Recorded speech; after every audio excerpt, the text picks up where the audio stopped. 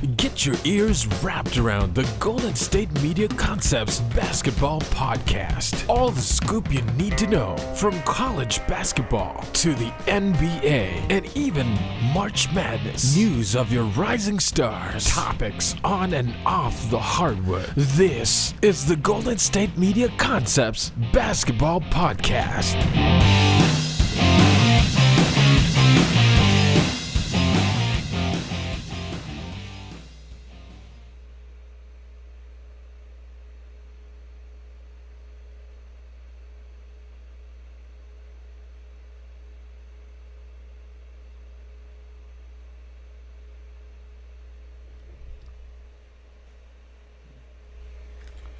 Everybody, peace. Welcome to the GSMC Basketball Podcast Show, brought to you by GSMC Sports Network. As you guys know, I'm your host, Sean Cottle, and we have got an amazing show for you today, guys. We're going to be discussing some recent news coming out of the Philadelphia training camp, again involving James Harden, and we're also going to be discussing some women's college basketball news involving one of the most recognizable faces in the sport. And then we're going to be closing out the show with two segments of Storytime Friday. I know we've been doing a lot of Storytime, but it seems that is what the fans have been enjoying the most. So I'm just going to be sharing some more stories about my time as a collegiate athlete and my time currently playing as a professional athlete. So we got a lot of that in store for you guys, and then some. So that being said, let's go ahead and get right into it. But before we get started, if you haven't already, be sure to hit that like button, hit that subscribe button as well, so you guys can stay up to date on all of our latest content that we post daily. Be sure to follow us on Patreon as well. You can do so by going to patreon.com, clicking on the search bar, and typing in GSMC Sports. That way you can get access to all of our exclusive content that we post daily. And if you'd like to support our network and our company, you can do so by following the link in the ticker below. It's streamelements.com/GSMC Sports Network./tip.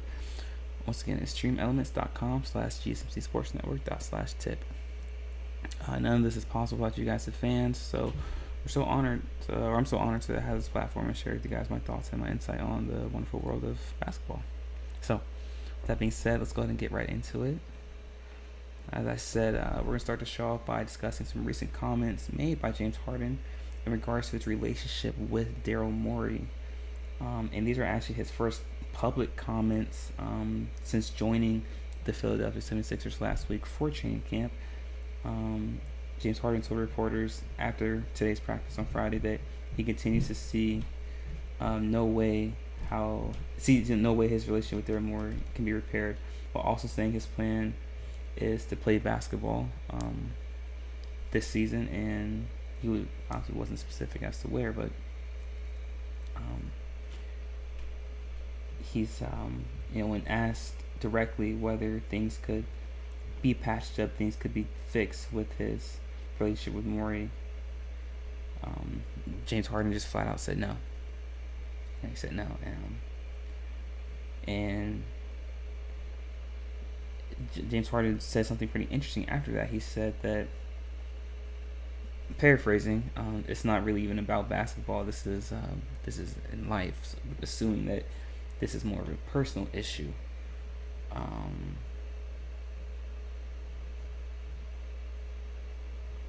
And he also made an analogy where he said, and I quote, "When you lose trust in someone, it's like a marriage. You lose trust in someone, you know what I mean? It's pretty simple." So, obviously, whatever is going on between James Harden and Daryl Morey there appears to be things that we are, as in the public eye, that we're missing, and we don't have all the information to, because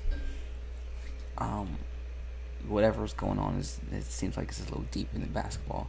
Basketball might be playing a factor into it, but it seems to be a little deeper than basketball as well. And I will say this, I commend James Harden and give him a lot of credit for still showing up, doing his job as a professional, showing up to work, going to practice, and being with the team, going through the practices and doing what he signed his contract to do, and that's play basketball, despite his relationship with management and Daryl Morey. And we know how extensive the relationship is between James Harden and Daryl Morey. Daryl Morey pretty much has been James Harden's biggest supporter since he traded for him back in 2012. And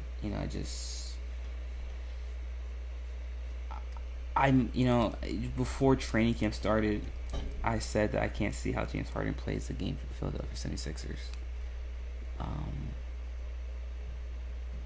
And I might have to amend that. I might have to amend that statement. It appears that there might be an ability for James Harden to still play in Philadelphia despite not having a great relationship or no relationship with management. I can't recall the last time something like this has happened publicly.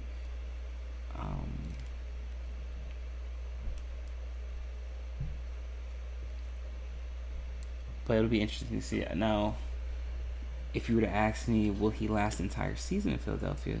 That remains to be seen. I'm not entirely sure about that. I think having Nick Nurse there changes things. I know without a doubt, I know from a first-hand account that James Harden and Doc Rivers did not have the best relationship. I know that firsthand.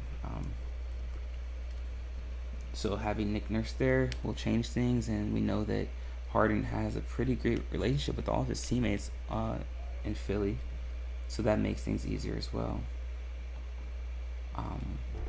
But this is an interesting dynamic. I can't recall ever seeing, a player having this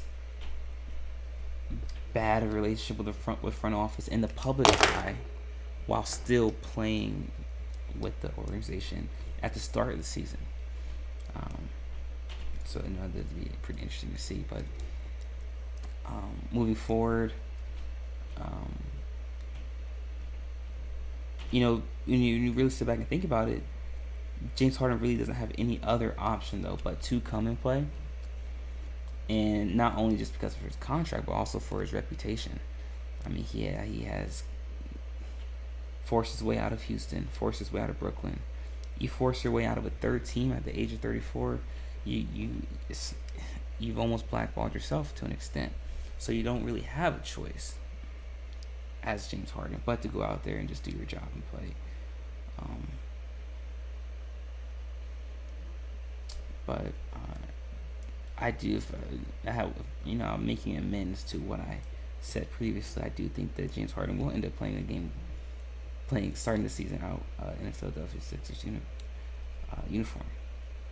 But let me know what you guys think about that. Share your thoughts in the chat room. I would love to hear your thoughts on that and hear what you guys think about that, because this is a very interesting dynamic. But Philadelphia is doing a good job of handling it within the media and the public eye, professionally, to the best of their abilities. I guess they learned a lot from the Ben Simmons dynamic and saga, right? But in our next segment, guys, we are going to be discussing some news revolving around one of the most recognizable faces in women's college basketball right now. So be sure to stick around for that, guys. You're not going to miss it. We'll be right back.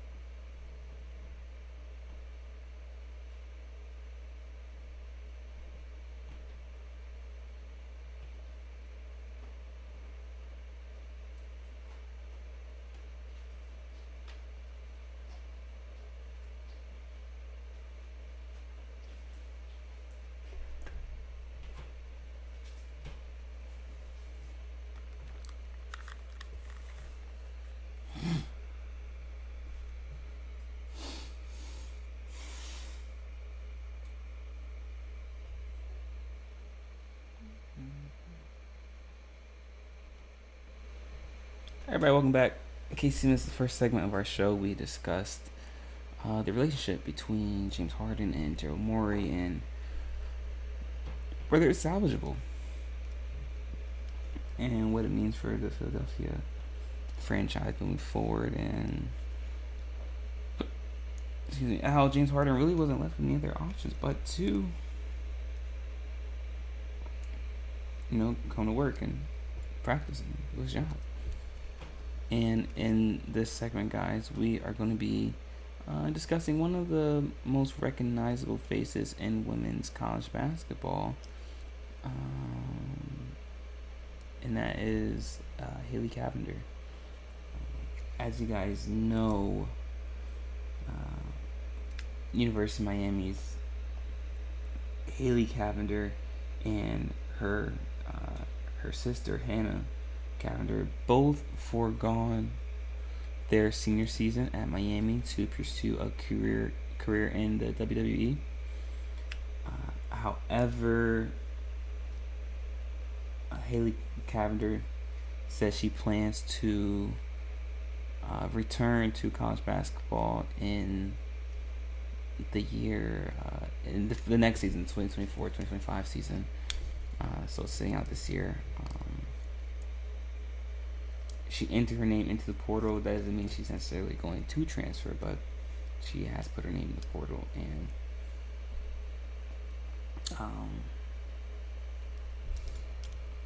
as you guys know, Haley Cavender was an integral piece for the University of Miami's Elite 8 run this past season. She averaged 12 points and almost 5 rebounds per game. And she earned second team All ACC honors, and she, like I said, she might be returning to Miami, but she had just put her name into the portal. As you guys know, Haley and her sister Hannah gained notoriety during their time at Fresno State due to their large presence on TikTok. They both transferred from Fresno State to Miami together. Hannah does not plan to join her sister in future basketball pursuits. And it will, I think this kind of just sheds light on the many different avenues that college athletes have now. I mean, with the NIL, it has opened up the door for a lot of opportunities for these players, and it's great to see. But also it does kind of shed light on those that are singularly focused on basketball as opposed to having other options. I'm not saying having other options are bad, but it's just interesting to see where people's perspectives are at and where their mind is at. I think it sheds a lot of light on what they want to get out of basketball, right? And I think this is a perfect story that encapsulates that and personifies that thought, that story, that thought process. So, I thought it was very interesting to see. So I wanted to talk about it. Excuse me. But let me know what you guys think. Share your thoughts in the comment section, in the chat room as well. I'd love to hear all about it. Hear what you guys think on that. And in our next segment, guys, we're going to be doing another story time segment. I'll be sharing some stories about my time at, I don't know, whether it might be, I know yesterday I did a college story and a high school story. So I don't know what I'll do today. I don't know. Try to mix it up for you guys. Try to give a story from each phase of my life periodically. But I don't know. I'm not actually sure what story I'm gonna share yet. But be sure to stick around, and I guess you'll find out what story I'll tell. We'll be right back.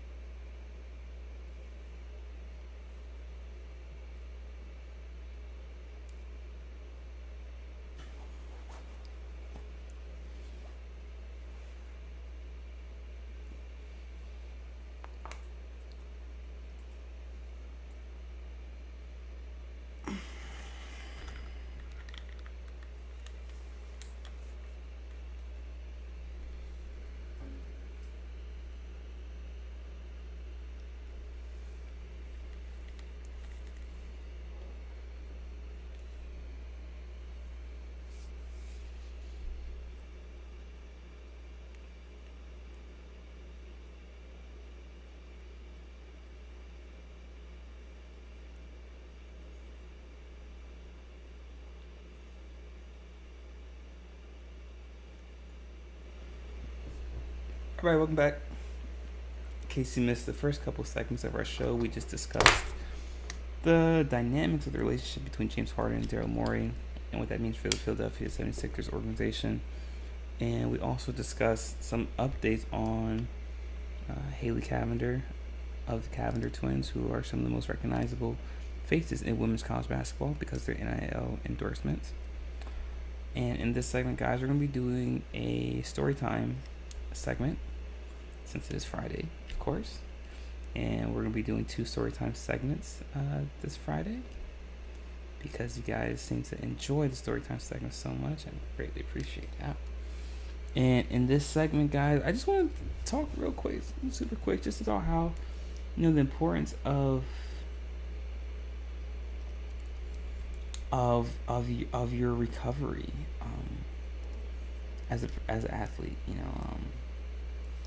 So I'll never forget my freshman year. I rarely went into the training room, to whether it be to get ice baths or stem treatment or heating pads or massages. I just rarely used the training room because when you're 17, 18 years old, freshman year, college, you think you can go just 100 miles an hour without really recovering and do all these things. And if you guys heard my story on Wednesday, I talked about how I had a hairline fracture on the 3rd metacarpal in my right hand. I was blessed to say that was the only injury I ever had, serious injury I had in college. But I noticed by the time I got to my sophomore year, I had like nicks and knacks and bruises, like sore ankles or sore knees. Wrist might get sprained, things like that. But it wasn't until my senior year that I really started to utilize the training room and realized the importance of it. And so like I said, I started out this segment by talking about how in our training room we were blessed to have ice baths, heating pads, stem treatment, and massages from the athletic trainer, depending on the time. I never had to schedule that part, but still understanding the concept. So we had a lot at our disposal for us to use, and we just that was something I didn't really start to utilize until my senior year. But people think that if you're spending a lot of time in the training room, that means you're hurt or you're injured. No, you're spending a lot of time in the training room as preventative measures, as not just maintenance, but preventative measures. And so I knew you start to learn the importance of being proactive as opposed to reactive, especially for your body.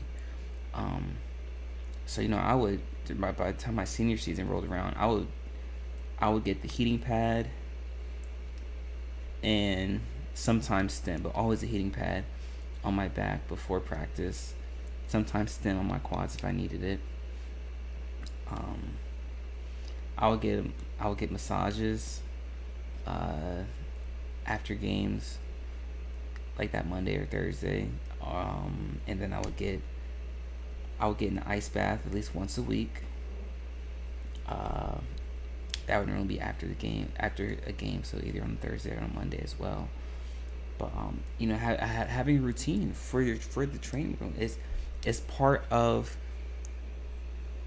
the process, part of the things that you need to take care of, and things you need to be intentional about as a college athlete is the recovery process as well. And those preventative measures, the better you are at taking care of your body, the more likely you are to prevent injuries and reduce the risk of injury.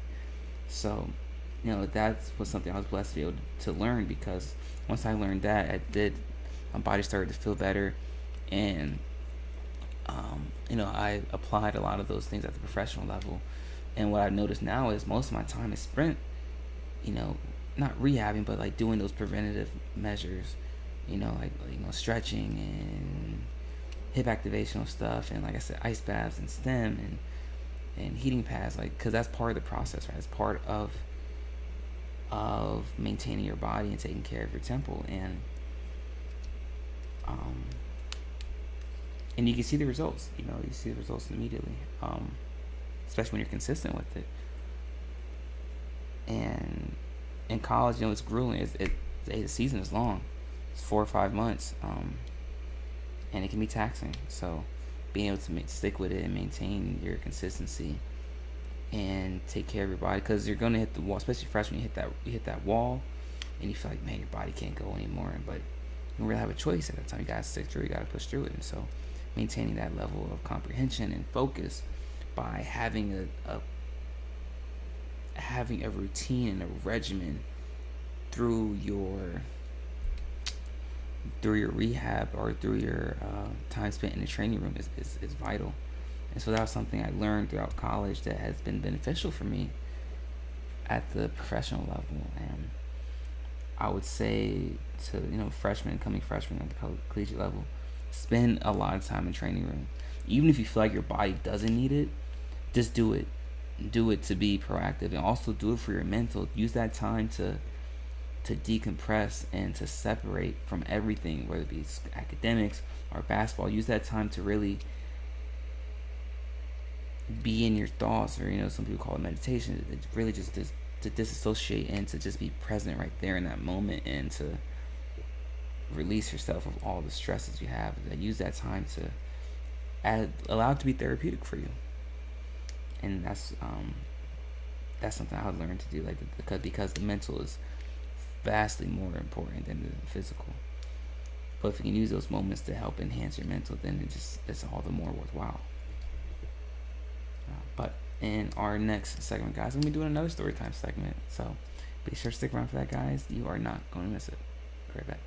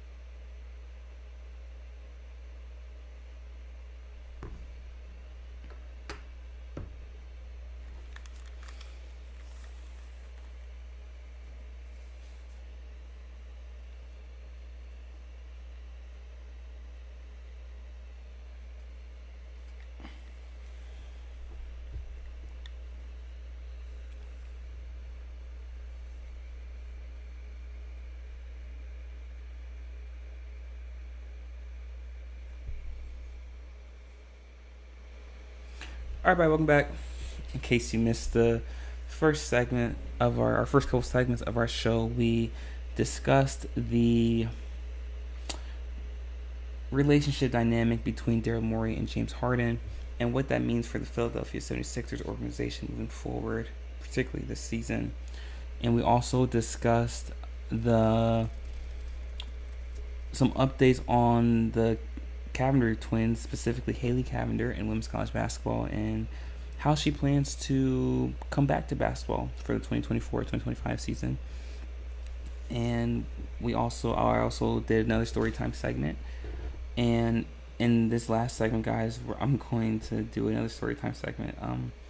Close out the show with 2 storytime segments. So, this story, I want to tell the story about the first time I realized in high school that I was the best player in my region, or the first time I realized that I can actually play at the next level. So my freshman year I was on JV, and then my sophomore year I moved up to varsity, and it was one of the first practices we had. And my sophomore year we had two great guards that started at my high school. One of them being my brother, and then the other one being a really close friend of mine. So they were both 2 years older than me. So 2 seniors. So my sophomore year, first couple practices with the varsity, and I remember we had this drill where it went 1-on-2, 2-on-1. So basically it worked on the guards breaking a trap, and then it worked on obviously having spacing, positioning, coming back on a 2-on-1 break.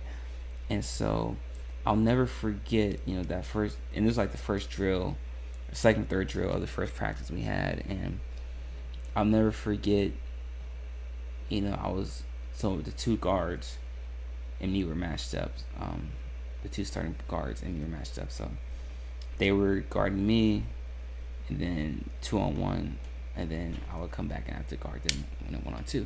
And so they're guarding me, doubling me, and I remember just breaking their press and blowing by them so easily, and doing it like with ease, and just like making it look easy, and it felt easy. It just felt fluid. It was just stuff that I had worked on all off season. And I remember doing it easily and just going and finishing. But then on top of that, getting the stop on the defensive end, not allowing them to score when they had the advantage.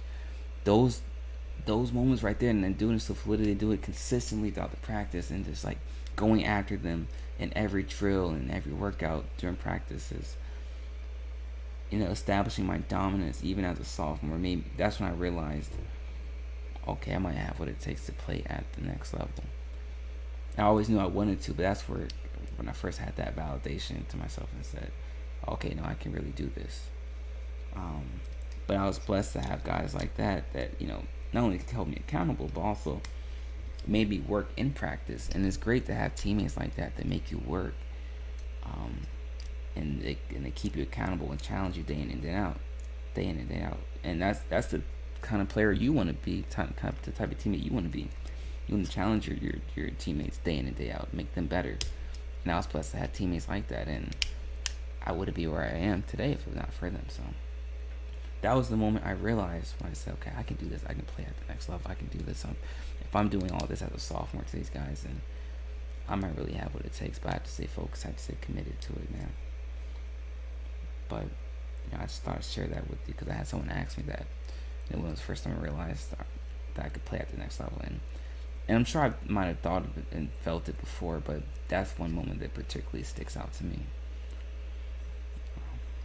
But that's it for our show for today, guys. Thank you so much for tuning in. It was a wonderful episode.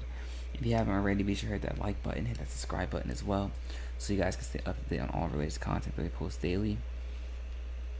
Be sure to follow us on Patreon as well. You can do so by going to patreon.com, clicking on the search bar, and typing in GSMC Sports. That way you can get access to all of our exclusive content that we post daily. And if you'd like to support our network and our company, you can do so by following the link in the ticker below. It's streamelements.com/GSMC Sports Network/tip.